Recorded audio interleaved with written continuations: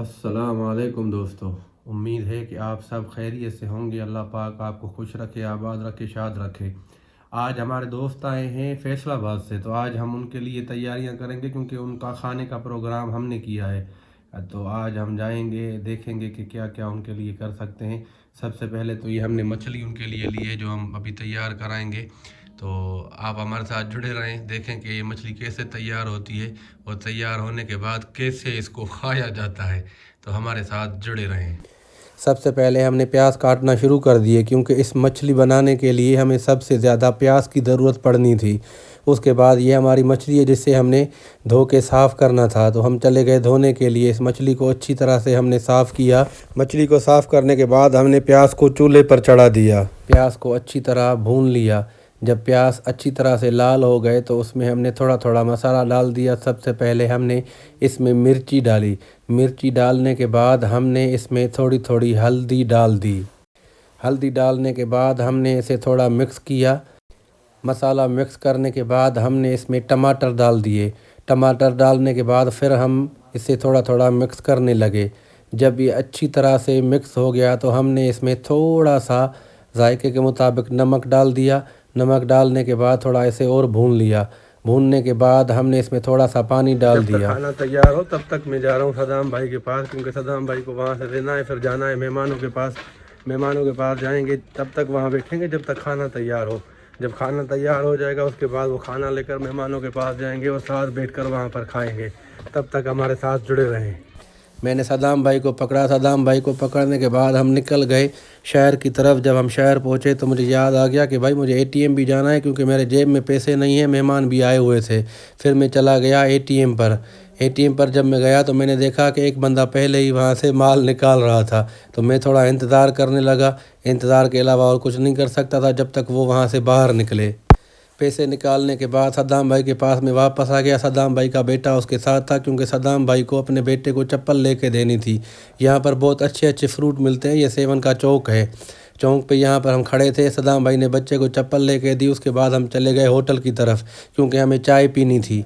तो हम वहाँ पर चले गए और चाय का आर्डर देके बैठ गए। चाय का इंतज़ार कर रहे थे। कुछ देर के बाद चाय आ गई, चाय पी।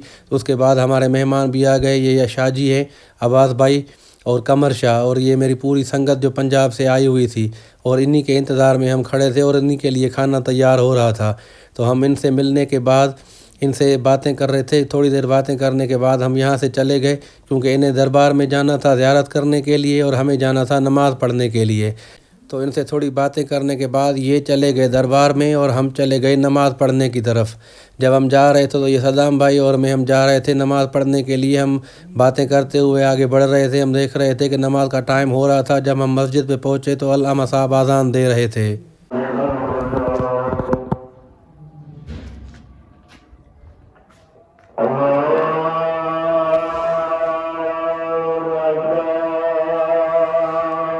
नमाज़ पढ़ने के बाद हम सलाद का सामान लेने गए।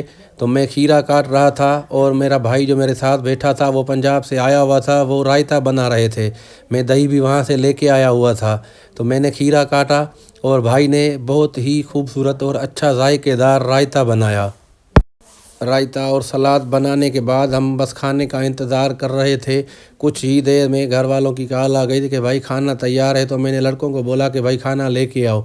वो खाना लेकर वहाँ पहुँच गए थे, लेकिन उनको जगह का पता नहीं था। फिर मैंने सद्दाम भाई को बोला कि जाओ भाई लड़कों को लेके आओ।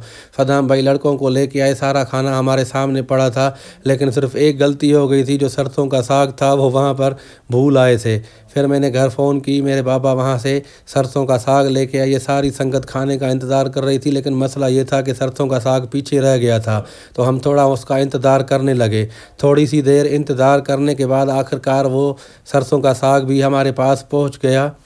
सरसों का साग पहुंचने के बाद हमने खाने की तैयारियां शुरू कर दी। सबसे पहले हम वहां पर सलाद लेके आए।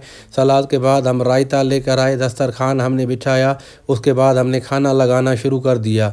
तो आप देख सकते हैं हमारा बहुत ही खूबसूरत सा खाना हमारे लिए पड़ा था और हम इसे देख रहे थे। खाना हमारा इंतज़ार कर रहा था और हम खाने का, क्योंकि हमें खाना था, बहुत भूख लगी थी यार। सारे लोग बड़ी देर से इंतज़ार कर रहे थे। थोड़ी देर के बाद हमने खाना पीना शुरू कर दिया। जितना हमने खाने का इंतज़ार किया उससे आधे टाइम में हमने इस खाने को पूरा कर दिया। देख सकते हैं कि किसी भी बर्तन में एक भी चीज़ साबित नहीं थी। सब खाना खा के फारग बैठे थे। राजू भाई ने देर कर दी थी, इसलिए राजू भाई देर तक खाना खाते रहे और हम सब फारग होके बैठे हुए थे। हाँ ईशा जी, थैंक यू आपका, आपने हमारी मेहमान नवाजी की, आपने इतना अरेंजमेंट किया है, हमें आपके मशकूर है। बहुत शुक्रिया आपका, अल्लाह आपको जज़ा दे। Thank you. तो आज का हमारा व्लॉग यहीं तक था। उम्मीद है कि आपको पसंद आया होगा। अगर पसंद आया हो तो हमारी वीडियो को लाइक, कमेंट, शेयर ज़रूर करें और हमारी कौन कौन सी चीज़ आपको पसंद आई हमें कमेंट में ज़रूर बताएं, ताकि हम आपके लिए इस तरह की वीडियो तैयार कर सकें। तो मिलते हैं नेक्स्ट व्लॉग में, तब तक के लिए अल्लाह हाफिज़।